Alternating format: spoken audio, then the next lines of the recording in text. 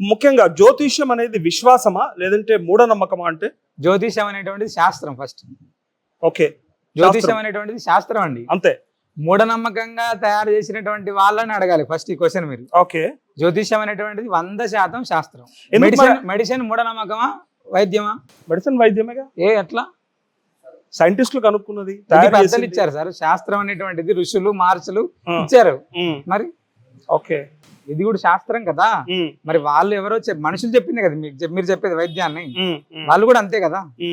ఎందుకోసం అంటున్నా అంటే శాస్త్రం అంటే అన్నది అన్నట్టుగా జరగాలి కదా. మరి అనుకున్నది అనుకున్నట్టు జరగాల్సింది. కొన్ని నిజమైతున్నాయి, చాలా మటుకు తప్పు అవుతా ఉన్నాయి కదా.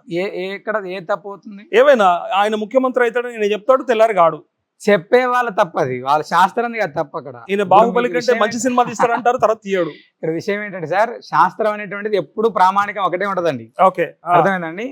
ఇప్పుడు నాకు ఒక కెమెరా ఇచ్చారు, ఫోటో తీయడానికి, నేను ఫోటో తీయడానికి దాంట్లో ఎక్స్పర్ట్ తీయడానికి చాలా తేడా ఉంటది. ఒకటి ఫస్ట్, అది కెమెరా తయారు చేసినటువంటి వ్యక్తి కూడా ఎక్స్పర్ట్ అయితేనే అది తీయడం ఉంటది. అట్లా ఎవరికి తగ్గ కానీ అందరం మేము ఎక్స్పర్ట్స్, మేమంతా జ్యోతిష శాస్త్రం చదివినాము, మా దగ్గర పట్టాలు ఉన్నాయి, డిగ్రీలు ఉన్నాయని చెప్తారు కదా. డిగ్రీలు పట్టాలు చాలా మంది దగ్గర ఉంటాయి సార్. ఉన్న వాళ్ళంతా ఎక్స్పర్ట్స్ కాదు కదా. అనుష్ఠానం ఉండాలి ప్రతినిత్యం కూడా. వాళ్ళు చేసేటువంటి పూజ, వాళ్ళు చేసేటువంటి అనుష్ఠానం, మంత్ర జపం ఇవన్నీ కూడా ఉండాలి కదా. ఏం చేయకోకుండానే నేను మొత్తం అని చెప్పేస్తాను చేసేస్తాను అంటే దాని యొక్క ప్రభావం కూడా అంతే ఉంటుందండి. శాస్త్రం ఎప్పుడు కూడా పరమ ప్రామాణికమైనటువంటిది, అది ఎవరి కోసం మారదు. ఫస్ట్ మేము గొప్ప అని చెప్పుకునేటువంటి వాళ్ళ అంటే వాళ్ళ యొక్క విధానం అది. అంటే ప్రజల్లో ఉన్న ఇంకొక ముఖ్యమైన ప్రశ్న ఏంటిదంటే, మన రేఖలు మన రాతల్ని సూచిస్తాయా అనేది పెద్ద ప్రశ్న. ఏముంటది అసలు ఈ రేఖలల్లా అంటే ఇక్కడ సరే హస్త సాముద్రికం అనేటువంటిది ఉంటుంది. అంటే చేతులు లేని వాళ్ళకి కూడా తలరాత ఉంటది కదా. మరి అదే అడగబోతున్నా నెక్స్ట్ నేను. ఫస్ట్ ఇప్పుడు వాళ్ళకి రాతలు ఉన్నప్పుడు మరి చేతులు లేని వాళ్ళకి రాతలు ఇట్లా ఖచ్చితంగా ఉంటాయండి. అంటే జాతకం అనేటువంటిది మనం పుట్టినటువంటి సమయాన్ని, మనం పుట్టినటువంటి డేట్ ని, ఈ నవగ్రహాల ప్రభావాన్ని చూసే ఉంటది ఎప్పుడైనా. ఏ శాస్త్రం అయినప్పటికీ కూడా నవగ్రహాలతోటి అనుబంధం ఉంటదండి. అది హస్త సాముద్రికమైనా, లేకపోతే సంఖ్యాశాస్త్రమైనా, ఇంకో శాస్త్రమైనా, ఏ శాస్త్రం అయినప్పటికీ కూడా దాన్ని బట్టి మాత్రమే మన జీవన విధానం ఉంటుంది. నేనేమంటా అంటే పూర్తిగా జాతకం పైనే పూర్తి అన్ని ఆధారపడి ఉండవండి. ఒకటి, నువ్వు చేసేటువంటి పాపము పుణ్యము అన్ని మనం చేసేటువంటి లెక్కలు ఉంటాయి, అన్ని లెక్క పెట్టే ఉంటాయి, పారామీటర్స్ ఖచ్చితంగా ఉంటాయి. సో ఇది మన హిందూ దేశానికి, మన హిందూ మతానికి మాత్రమే పరిమితమా అంటే ఎందుకు మరి వివిధ దేశాలకు, వివిధ మతాలకు ఎందుకు లేదు ఈ శాస్త్రాలు, వేదాలు, ఇలాంటి ధర్మం ఉన్నప్పుడు ఇంకోటి లేవు సార్. ఫస్ట్ నేను ఇందాక చెప్తుంది అదే, ఈ సాంప్రదాయం, ఈ ధర్మం ఉన్నప్పుడు అసలు మిగతా ఏమి లేవు కదా. అంటే వేరే వాళ్ళ గురించి మనం మాట్లాడాల్సిన అవసరం ఏముంది? ఇప్పుడు 1975 కంటే ముందు 1975 తర్వాతని మనం అనుకుంటున్నప్పుడు అసలు ఏం లేదు అప్పుడు కదా. ఏం లేని దాని గురించి ఎందుకు ఉంటది అసలు? ఓకే, ఇంకొక వాదన ఏముంటదంటే ముహూర్త బలం గురించి చాలా వాదించుకుంటా ఉంటారు. సో ఇది చేసేటప్పుడు ఖచ్చితంగా ముహూర్తం చూపెట్టుకోవాలి, ఈ టైం, ఈ సమయం ఇది చేస్తేనే బాగుంటది అని చెప్పి కొన్ని ముహూర్త బలాలని పెట్టుకుంటా ఉంటారు కదా. సో అది పెట్టుకోలేని వాళ్ళు మరి బాగాలేనట్ట, పెట్టుకోకుండా చేసుకున్న అన్య మతస్థులంతా మరి బాగుండట్లేదా? అంటే పెట్టుకున్నటువంటి వాళ్ళు కూడా బాగాలేకుండా ఉండే వాళ్ళు చాలా మంది ఉన్నారు. మరి అలాంటప్పుడు బలం గొప్పతనం ఏంటనేది విషయం ఏంటంటే అండి, ఒక పెళ్లి చేస్తున్నాం మనం. ఒక పెళ్లి చేసే సమయంలో చాలా మంది ప్రస్తుతం ఏం చేస్తారు, 7:17 ముహూర్తం అని చెప్పి పెట్టుకొని ఆ పందిరిలోకి రావడానికి కూడా 8 గంటలకు వచ్చి కూర్చొని పెళ్లి చేసుకునేటువంటి వాళ్ళు చాలా మంది ఉంటారు. ఫస్ట్ అంటే ఈ ఫోటోగ్రాఫర్ల వల్ల కూడా లేట్ అవుతుంది. అది ఏ దానికైనా, ఫోటోగ్రాఫర్లు కావచ్చు, వీళ్ళ యొక్క టైంలో కావచ్చు, ఏదైనా కావచ్చు, అది లేట్ గా వచ్చి అక్కడికి వచ్చి కూర్చున్న తర్వాత 8 గంటలకు ఆ టైంలో కంగారు ఆడావిడి ఏదో పెట్టేయాలి, జీలకర్ర బెల్లం పెట్టేసి మామ అనిపించేటువంటి చాలా మంది. మరి అలాంటప్పుడు ఎవరి తప్పది? ఫస్ట్. రెండో విషయం ఏంటంటే, సమయానికి చేసుకున్నప్పటికీ కూడా ఈగో అనేటువంటిది భార్యాభర్తల మధ్య ఇద్దరి మధ్యలో వచ్చి నీకు నువ్వు నేను అంటే ఇవన్నీ కూడా ఏ శాస్త్రము, ఏ మంత్రము, లేకపోతే ఏ బలము, ఇవన్నీ పనిచేయవండి. భర్త చెప్పినప్పుడు భార్య, భార్య చెప్పినప్పుడు భర్త అనేటువంటిది ఇద్దరు కూడా అన్యోన్యంగా అనుగుణంగా మాట్లాడుకుంటూ వెళ్తేనే జీవనం ఉంటది. ఎవడు చెప్పినప్పుడు ఎవడు వినకపోతే మంత్రాలు, చింతకాయలు, తర్వాత ముహూర్తాలు ఇవన్నీ ఏం పనిచేయవండి. ఈగో ముందర ఇవన్నీ పనిచేయవు నన్ను అడిగితే. అంతే, ఖచ్చితంగా అంతే కదా. ఇప్పుడు కావాలని కొట్టుకునేవాడిని ఎవడు పెడితిస్తాడు? నువ్వు కావాలని చేస్తా నేను. సో తప్పులు ఎక్కడ జరుగుతున్నాయి, ఎవరెవరి వల్ల జరుగుతున్నాయి మీరు చెప్పారు కదా. నేనేమంటా, మరి ముహూర్తాలు పెట్టే పంతులు కూడా తప్పులు చేయట్లేదా? అంటే వాళ్ళ అవసరానికి అనుగుణంగా ముహూర్తాలు పెట్టుకోవట్లేదు. వాళ్ళకి అవసరానికి అనుగుణంగా ముహూర్తం పెట్టేటువంటి వాళ్ళు చాలా మంది ఉన్నారండి. 10ంటికి పెళ్లి అయితే ఆయనకు 9ంటికి వేరే పెళ్లి ఉంటే అది 11 గంటలకు పెట్టుకుంటాడు. అట్లా పెట్టరు. తల్లిదండ్రులు అడుగుతుంటారు చాలా మంది ఏంటంటే, తల్లిదండ్రులు అడిగేది మీరు ముహూర్తం చెప్పారు. కావాలనేటువంటి వాళ్ళు కొంతమంది అయితే 7 గంటలకు ముహూర్తం కావాలని తల్లిదండ్రులు అడిగేలాగా పెట్టడం చేస్తారు ప్రయత్నం, కానీ కొన్ని మీకు కూడా అనుకూలంగా ఉండాలని చేస్తారు అనేది నాకు తెలిసి అయితే మాక్సిమం ఉండకపోవచ్చు, ఒకవేళ ఉంటే మాత్రం తప్పది. ఓకే అది. ఓకే, మరొక పెద్ద ప్రశ్న ఇది, పెద్దది, ఎందుకంటే చాలా మంది వాదించుకుంటారు, చర్చించుకుంటారు. ఆ ఇంట్లో ఎవరైనా కాలం చేస్తే, ఏ ఇంట్లో, ఒక సామాన్యుడి ఇంట్లో ఓ పురోహితుడి దగ్గరకు, పండితుడి దగ్గరకు వెళ్తే ఆయన చెప్పేది ఏంటంటే, బాబు మీకు సంవత్సరం దాకా ఏ పూజలకు పనికిరారు, మీరు ఎక్కడ కూర్చోవద్దు, ఏ దేవాలయాలకు వెళ్ళొద్దు, ఒక నిద్ర చేసి రండి సరిపోతుందని చెప్పి సంవత్సరం పాటు వాళ్ళకు ఒక పరిమితి విధించి, ఈయనకు మాత్రం 10 రోజుల తర్వాత, దశదిన కర్మ తర్వాత ఆయన పెళ్లిళ్ళు చేసుకుంటాడు, పూజలు చేసుకుంటాడు, అన్ని చేసుకుంటాడు. సో మీకెందుకు లేవు ఆంక్షలు అంటే, ఇది బయట వాళ్ళు ఉన్న లోపల ఉన్నటువంటి ప్రశ్న. బయట సార్ ఇక్కడ విషయం ఏంటంటే 13 రోజుల తర్వాత ప్రతి ఒక్కరు దీపారాధన చేసుకోవచ్చు, ఓకేనండి. ఓన్లీ పండగలు మాత్రమే చేయొద్దనే చెప్తారు ఫస్ట్. అంటే ఆ ఇంట్లో ఇప్పుడు కాలంలో ఎవడు కూడా ఏమి వినట్లేదండి. దశదిన కర్మ అంటేనే 1000 మందిని పిలిచి అదేదో ఫంక్షన్ చేస్తున్నారు. ఫస్ట్ 10 రోజులు కర్మ అయిన తర్వాత ప్రతి నిత్యం కూడా దీపారాధన చేసుకోవడానికి ఎవరైనా అర్హులే. ఇందులో ప్రత్యేకంగా బ్రాహ్మణుల కోటి, ఇంకొకరి కోటి ఇలాంటి నియమాలు ఏమి ఉండవండి. అదేంటి మీరే అర్హులు అన్నట్టుగా చెప్పి వేరే వాళ్ళని చేయొద్దని చెప్తారు? ఎక్కడ శాస్త్రంలో ఇలా లేదు, ఖచ్చితంగా లేదు. సో చేసుకోవచ్చు. పండగలు చేయరు, ఎందుకంటే ఆ బాధతోటి ఉంటారు కాబట్టి పండగలు అనేటువంటిది చేయరు.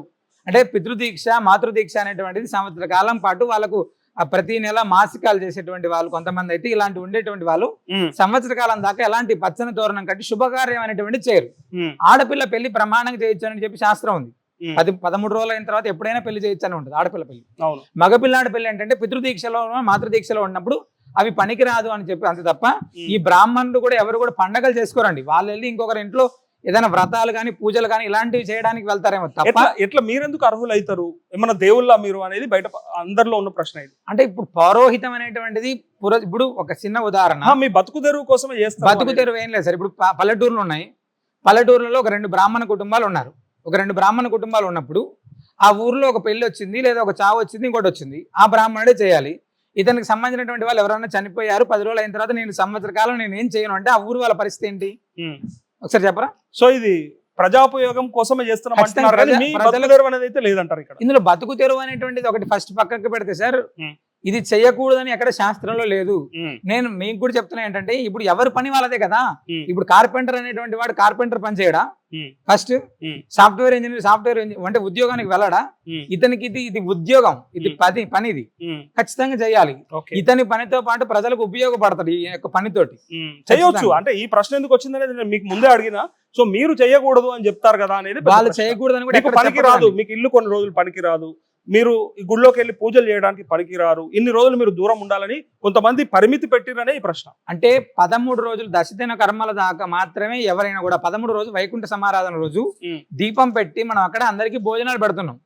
దాని అర్థమే మన అన్నదానాలు చేసుకోమని, దీపారాధన చేసుకోమని చెప్పి శాస్త్రం అండి. కొంతమంది అవగాహన లేక సంవత్సర కాలం పాటు ఏ పూజ చేయొద్దో, లేకపోతే ఇంకోటి చేయొద్దు అని కొంతమంది ఎవరు చెప్పడం వల్ల ఆ యొక్క దాన్ని, అంటే ఇంతకుముందు పెద్దల కాలం అన్ని కూడా అందరూ కలిసి ఉండేవాళ్ళు, ఉమ్మడి కుటుంబంగా ఉండేటువంటిది. అప్పుడు అందరూ కూడా బాధతో ఉంటారు కదా. ఆ బాధతో ఉండేటువంటిది ప్రత్యేకంగా ఇప్పుడు బాధలేం లేవండి చాలా మందికి. ఇది చాలా నార్మల్. 3వ రోజు నుంచి దావతులు మొదలవుతాయి బ్రహ్మాండంగా, బ్రహ్మాండంగా చేస్తున్నారు. అలాంటివి అడిగితే తప్పు. పండగలాగా అయిపోయింది. ఇందాకే చెప్పాను 13వ రోజుని కూడా బాధ అనేటువంటి దాన్ని మనం పెట్టుకోకుండా అది ఒక పెద్ద ఫంక్షన్ లాగా చేస్తున్నాం. అది కాదు కదా. నలుగురికి ఆయన చేసినటువంటి మేలేంటో నలుగురికి తెలియజెప్పేటువంటి ప్రయత్నమే అది. అది చేయట్లేదు ఎవరు కూడా. ఓకే, అంటే అతి కొద్ది మంది అని మీరు అన్నారు కదా, ఆ కొద్ది మంది వల్ల, వాళ్ళు చేసే లోపాల వల్ల మీ అందరికి కూడా, అంటే మీ అందరి పైన కూడా చులకన భావం ఏర్పడట్లేదా? అంటే ప్రజల్లో ప్రస్తుత కాలంలో అయితే చాలా మంది ఎవరు ఇది పాటించట్లేదు. సంవత్సర కాలం అనేటువంటిది ఎవరు ఉండట్లేదు ఫస్ట్. రెండోది ఏంటంటే మాతృదీక్ష, పితృదీక్షలు అనేటువంటి వాళ్ళు చేయడమే లేదు ఫస్ట్. మూడోది ఈ సంవత్సర కాలంలో వీళ్ళకు నెలమాసికాలని తర్వాత ఇవన్నీ ఉంటాయి. వాళ్ళు చనిపోయినటువంటి రోజు పెద్దలకు ఏదో చేసుకోవడం అయినటువంటి చాలా మందికి ఉంటాయి. సంవత్సరంలో రోజు శ్రాద్ధం కూడా పెట్టట్లేదు సార్ చాలా మంది. ప్రతి సంవత్సరం కూడా వాళ్ళ తల్లిదండ్రులు చనిపోయినటువంటి రోజు శ్రాద్ధం కూడా పెట్టినటువంటి వాళ్ళు చాలా మంది ఉన్నారు. మరి అంటే వదిలేసి, అంటే మాకు అయిపోయింది మేము వదిలేసాము, దండం పెట్టాము అని. ఇది ఎంతవరకు కరెక్ట్ అంటారు మరి? ఓకే, కొంతమంది ఏదో అవగాహన లేకోకుండా వాళ్ళు ఏదో 3 నెలలు ఆగమని ఇంకోటి చెప్పేవాళ్ళు కొంతమంది అయితే అసలు ఇవన్నీ పాటించిన వాళ్ళకి ఏమవుతుంది మరి? ఓకే, ప్రశ్న వచ్చింది ప్రజలలో ఉన్నది, ఇది చాలా సామాన్యులు అనుకుంటున్నటువంటి మాట. ఇవాళ బొడ్రాయి పండుగ అంటే మీరు ఇందాక అన్నారు కాబట్టి నాకు గుర్తొచ్చింది. బొడ్రాయి పండుగలకు సంబంధించి సో ఘాటైన సూటి ప్రశ్న, విమర్శ మీ పైన అంటే అందరి పైన.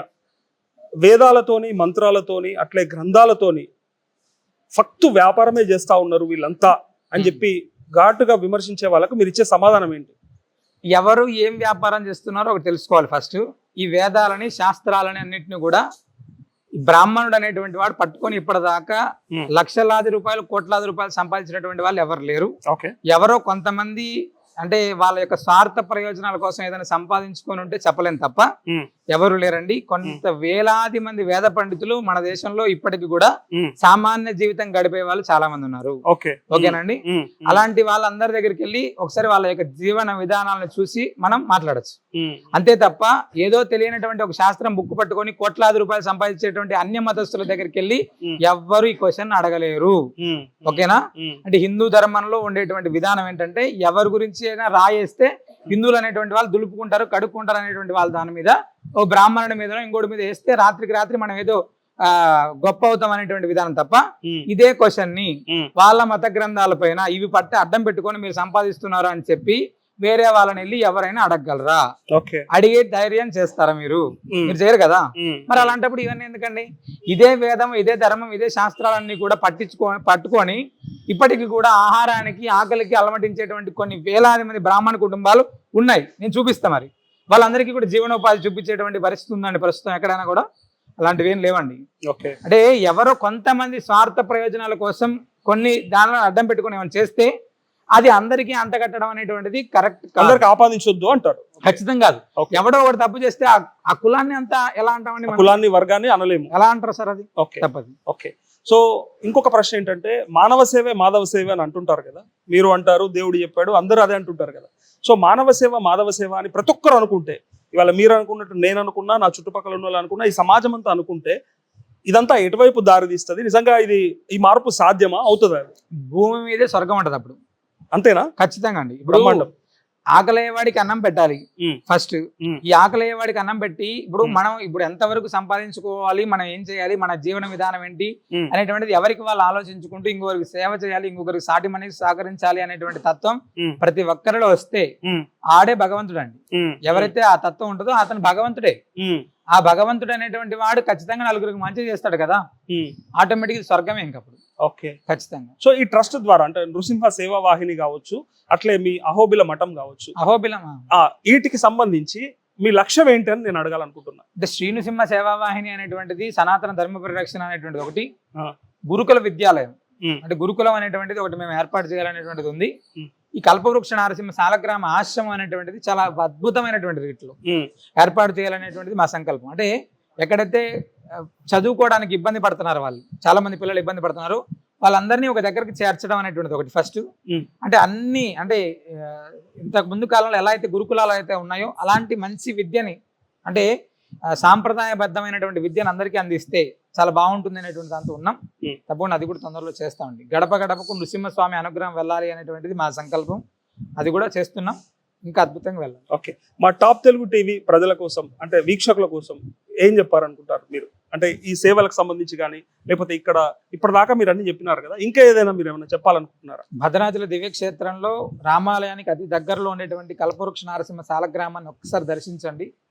శ్రీనృసింహ సేవావాహిని ద్వారా సనాతన సాంప్రదాయము, ధర్మము అనేటువంటి దాన్ని మనం పట్టుకొని వాటన్నిటిని కూడా పరిరక్షించేటువంటి బాధ్యతను మేము చేస్తున్నాం. అదే మీరు కూడా నలుగురికి ఉపయోగపడేటువంటి కార్యక్రమాలు ఏవైనా చేస్తే మీరు కూడా చాలా మందికి ఆదర్శవంతులు అవుతారు. లక్ష్మీనృసింహ స్వామి వారి యొక్క పరిపూర్ణ అనుగ్రహం మీ అందరిపైన ఉండాలని మా ప్రార్థన.